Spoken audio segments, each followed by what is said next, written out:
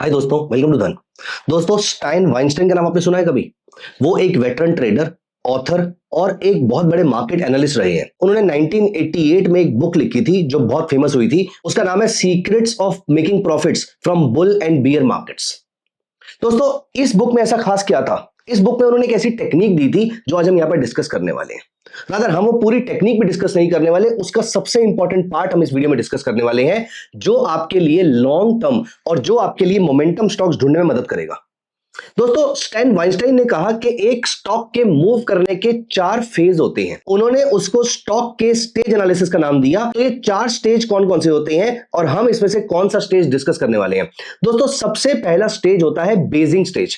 Basin stage में क्या होता है? जहां पर स्टॉक अपना बेस फॉर्म करना स्टार्ट करता है, स्टॉक अभी चलना स्टार्ट करता है, स्टॉक ने कोई मेजर रेजिस्टेंस ब्रीच नहीं किया होता, यहां पर कोई स्मार्ट मनी मार्केट के अंदर एंटर कर रही होती है। दोस्तों, this is called basin phase. Basin phase में आप एंटर तो कर सकते हैं, लेकिन आपके पास कोई खास पैरामीटर होता नहीं है जिसके थ्रू आपको एंटर करने का सिग्नल मिल सके। दोस्तों, ऐसे टाइम पर वॉल्यूम लो होता है, स्टॉक साइडवेज होता है, थोड़ा बहुत चलना शुरू होता है और कोई भी क्लियर ट्रेंड अभी तक नजर नहीं आ रहा होता है। दोस्तों, स्टेज 2 जो सबसे स्वीट स्पॉट होता है वो होता है जहां पर स्टॉक में सबसे बड़ा मूव आता है। स्टेज 3 होता है जहां पर एक बड़ा मूव आ चुका है और अब यहां पर स्टॉक जो है वो वापस साइडवेज हो जाता है, वॉल्यूम थिन होने स्टार्ट हो जाते हैं। At the same time chances are high कि स्टॉक में डिस्ट्रीब्यूशन फेज स्टार्ट हो सकता है। इस तीसरे फेज को कहते हैं टॉपिंग फेज। और फिर चौथे नंबर पे आता है डिक्लाइनिंग फेज, जहां पर स्टॉक वापस बैक टू स्क्वायर वन आके खड़ा हो जाता है। दैट डज नॉट मीन कि मार्केट वापस सेम लेवल पर आ जाएगी, सेम लेवल पर भी आ सकती है, उससे नीचे भी जा सकती है और उससे ऊपर तक भी जा सकती है, जहां से वो अपनी नई लेगर रैली शुरू करने वाली है। लेकिन अब यहां से दोबारा शुरू होगा स्टेज 1, स्टेज 2, स्टेज 3 और फिर स्टेज 4 और उसके बाद फिर दोबारा से स्टेज 1, स्टेज 2, स्टेज 3 और स्टेज 4 और इस तरीके से मार्केट की साइकिल्स बीतती जाएंगी। दोस्तों, इंपॉर्टेंट बात यह है कि ये स्टेज एनालिसिस ऑलमोस्ट हर मार्केट के टाइम फ्रेम पे काम करता है। ऑल्दो ये सबसे अच्छा काम करता है बड़े टाइम फ्रेम पे, जिस पे आज मैं आपको इंपॉर्टेंट एग्जांपल बताने वाला हूं, दिखाने वाला हूं। लेकिन अब आप मुझे बताइए, इनमें से सबसे अच्छा स्पॉट कौन सा है जो आप अपने लिए चाहेंगे? Stage 1 basing phase, stage 2 advancing phase, stage 3 topping phase या stage 4 declining phase? Of course, अगर हम यहां पर ट्रेडिंग और इन्वेस्टमेंट की बात करें तो सबसे अच्छा मूव जहां पर हमें मिलेगा वो होगा एडवांसिंग फेज में, जहां पर हमें सबसे शार्प मूव मिलेगा। अब क्या ऐसे स्टॉक्स को ढूंढने का कोई तरीका भी है? ऐसे फेज में रहने वाले स्टॉक्स को क्या हम ढूंढ सकते हैं? दोस्तों, सबसे इंटरेस्टिंग बात यह है कि स्टैन वाइनस्टाइन ने वो तरीका हमें दिया था और वो तरीका आज भी उतना ही रेलिवेंट है। मैं आज आपको इस वीडियो में दिखाने वाला हूं, नॉट जस्ट सिर्फ बताने वाला हूं, बल्कि मैं आपको इसके प्रैक्टिकल एग्जांपल भी दिखाऊंगा। अभी रीसेंट एग्जांपल्स में आपको दिखाऊंगा जहां पर आपको ऐसे स्टॉक्स देखने को भी मिल जाएंगे और आपको पूरा का पूरा तरीका समझ में आ जाएगा कि आने वाले दिनों के अंदर आपको कैसे ऐसे स्टॉक्स ढूंढे जा सकते हैं, आप अपने पोर्टफोलियो में कैसे ऐसे स्टॉक्स को एक्यूमुलेट कर सकते हैं। सो दोस्तों, उन्होंने 3 तरीके बताए थे कि अगर ये तीनों चीजें एक साथ मीट कर रही हैं, तीनों चीजें एक साथ मीट करेंगे, इसके चांसेस बहुत कम होते हैं। लेकिन अगर ये 3 कंडीशंस एक साथ मीट करती है तो स्टाइन वाइनस्टाइन के अकॉर्डिंग आपका स्टॉक सेकंड फेज में चल रहा है, सेकंड फेज में रादर एंटर कर रहा है और एक बड़ा मूव इस स्टॉक के अंदर आने वाला है। तो दोस्तों, क्या है वो 3 कंडीशन? पहली कंडीशन बहुत आसान है। सबसे मजे की बात यह है कि सारी की सारी कंडीशन बहुत ही ऑब्जेक्टिव है, कोई कंफ्यूजन नहीं है, कोई डाउट नहीं है, कोई डाइसीनेस नहीं है। आप सीधा सीधा तीनों कंडीशंस को चेक कर सकते हैं। तो दोस्तों, क्या है वो 3 कंडीशंस? कंडीशन नंबर 1, पहली कंडीशन आपकी क्या है? स्टॉक 30 पीरियड ईएमए के ऊपर जा रहा हो। तो अगर आपका स्टॉक, क्योंकि हम डेली चार्ट यहां पर चेक कर रहे हैं, तो आपका स्टॉक डेली चार्ट पे 30 पीरियड ईएमए के ऊपर जा रहा हो, यहां पर ईएमए लगाना हमें आता है। दोस्तों, दूसरी कंडीशन क्या होती है? दूसरी कंडीशन है कि ना सिर्फ 30 पीरियड ईएमए के ऊपर जा रहा हो, क्योंकि 30 पीरियड ईएमए के ऊपर तो बार बार स्टॉक आता जाता रहेगा, लेकिन क्या ये 30 पीरियड का जो ब्रीच है, is it supported by high volumes? अगर आपके यहां पर वॉल्यूम के बार ज्यादा है, वॉल्यूम के बार ज्यादा बड़े बड़े हैं, इसका मतलब यहां पर स्टाइन वाइनस्टाइन की दूसरी कंडीशन मीट हो जाती है। पहली condition, stock 30 period EMA cross कर रहा हो। दूसरी कंडीशन, स्टॉक बड़े बड़े वॉल्यूम के बार के साथ ये 30 ईएमए क्रॉस कर रहा हो। दोस्तों, तीसरी कंडीशन जो कि सबसे इंपॉर्टेंट कंडीशन है, ये हर बार फॉलो नहीं होगी, इसीलिए हमारे number of stocks come screen होंगे, लेकिन जो स्क्रीन होंगे वो बहुत ही अच्छे निकल के आएंगे। दोस्तों, तीसरी कंडीशन क्या है? कि ये स्टॉक किसी रेंज से ब्रेकआउट भी दे रहा हो। मतलब वो ब्रेकआउट के टाइम पर 30 पीरियड से नीचे था, लेकिन ब्रेकआउट के बाद वो 30 पीरियड ईएमए के ऊपर जा रहा हो, एट द सेम टाइम बड़े वॉल्यूम के साथ जा रहा हो। अगर ये तीनों कंडीशंस मीट हो जाती हैं तो यहां पर आपके स्टॉक में बड़ा मूव आ सकता है। आइए मैं यहां पर आपको प्रैक्टिकल एग्जांपल से दिखाता हूं।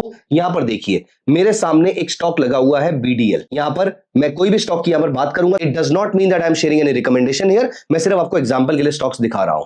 दोस्तों यहां पर मैंने लगाया बीडीएल। अब यहां पर देखिए इस जगह पर स्टॉक ने 30 पीरियड ईएमए क्रॉस किया, स्टॉक ने 30 पीरियड ईएमए क्रॉस किया, स्टॉक ने 30 पीरियड ईएमए दोबारा क्रॉस किया। लेकिन क्या इन तीनों जगहों में से कहीं पर भी स्टॉक ब्रेकआउट प्रोवाइड कर रहा था? ब्रेकआउट नहीं दे रहा था। ब्रेकआउट दिया है इसने यहां पर। अब जब इसने यहां पर ब्रेकआउट दिया है या यहां पर ब्रेकआउट दिया है, क्या ऐसे टाइम पर 30 पीरियड ईएमए के ऊपर था? हां था भी, और अभी अभी आया था।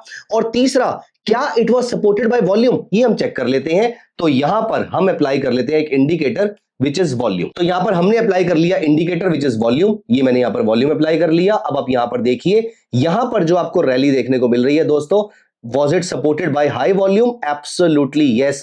यहां पर आप देखिए बहुत बड़ा वॉल्यूम आ रहा था। इस कैंडल पे आपका बहुत ही बड़ा वॉल्यूम आया था। इस रेंज में रादर पूरा का पूरा बड़ा वॉल्यूम आया था। यहीं से वॉल्यूम आने स्टार्ट हो गए थे। तो यहां पर आप नोटिस कीजिए, इस जगह पर आपका वॉल्यूम आना स्टार्ट हो गया था। ये वॉल्यूम धीरे धीरे बढ़ता गया। इस जगह पर आपका ब्रेकआउट भी आया, आपका स्टॉक 30 पीरियड ईएमए के ऊपर भी था और आपका वॉल्यूम भी आ रहा था। दोस्तों ऐसी जगह पर इस स्टॉक को अगर आप परचेस कर पाएंगे तो यहां पर देखिए, इससे फर्क नहीं पड़ता कि आपने आज परचेस किया, कल परचेस किया, परसों परचेस किया और स्टॉक 5% ऊपर चला गया है तब आपने परचेस किया। दोस्तों यहां से रैली देखिए कितनी आई है स्टॉक की, अप्रोक्सीमेटली 1 महीने में 40% के आसपास का आरओआई।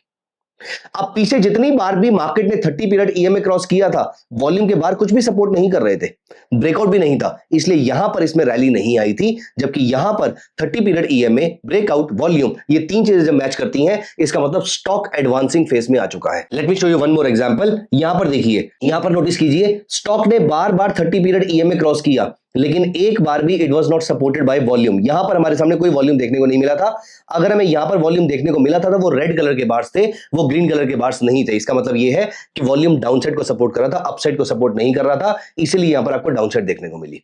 तो यहां पर देखिए, यहां पर आपके सामने ब्रेकआउट भी आया है, ये देखिए यहां पर ब्रेकआउट आया है, यहां पर वॉल्यूम के बार्स बड़े बनने शुरू हो चुके हैं और प्राइसेस 30 पीरियड ईएमए के ऊपर भी चले गए हैं। दोस्तों यहां पर देखिए, इस जगह पर आपने कहीं पर भी बाय किया होता, 2 महीने के अंदर अशोक लीलैंड जैसे बड़े स्टॉक्स के अंदर आपको 30% के आसपास का मूव देखने को मिला है और अप्रोक्सीमेटली 4 महीने के अंदर आपको 40% के आसपास का मूव देखने को मिला है, which is a beautiful move that you can call it.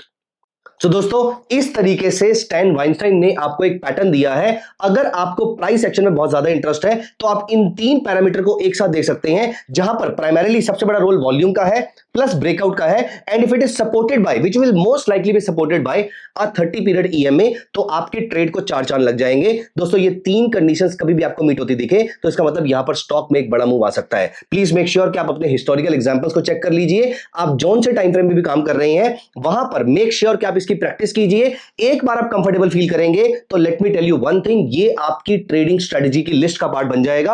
आप हमेशा हर हफ्ते जब जब स्टॉक का एनालिसिस करते हैं, आप डेफिनेटली इन सारी चीजों को एक बार लार्ज कैप स्टॉक में देख सकते हैं, मिड कैप स्टॉक में भी देख सकते हैं। अगर आपके फेवरेट स्टॉक्स में ये सेटअप बन रहा है तो चांसेस आर वेरी हाई कि ये ब्रेकआउट देने वाला है, चांसेस आर वेरी हाई कि बड़ा मूव शो करने वाला है। तो दोस्तों कैसी लगी आपको स्ट्रेटजी और कैसा लगा आपको उनका थॉट प्रोसेस, बताइएगा मुझे कमेंट सेक्शन के अंदर। और अगर आपको कोई भी डाउट है तो कमेंट्स में जरूर बताइएगा। वैसे यहां पर आप एक चीज का और इस्तेमाल कर सकते हैं अपने आरओआई को इंक्रीज करने के लिए, क्योंकि इस टाइम पीरियड में आपका स्टॉक सबसे बड़ा रिटर्न प्रोवाइड करता है, इसलिए एमटीएफ फैसिलिटी बहुत काम आ सकती है। यहां पर आप नोटिस कीजिए, अगर आप इस स्टॉक को परचेस करते हैं और अगर आप इसको एमटीएफ के थ्रू परचेस करते हैं तो आप बहुत ही मिनिमल सा मार्जिन पे करके 4.5 टाइम्स के आसपास की लीवरेज ले सकते हैं। यहां से आपका आरओआई सिग्निफिकेंटली इंप्रूव हो सकता है। तो अगर आप अपने रिस्क मैनेजमेंट को अच्छे से समझते हैं तो एमटीएफ के थ्रू अपने आरओआई को इंक्रीज भी कर सकते हैं। तो दोस्तों कैसी लगी आपको स्ट्रेटजी, कमेंट्स में जरूर बताइएगा। Thank you so much, bye bye, take care. Investments in the securities market are subject to market risk. Read all the related documents carefully before investing.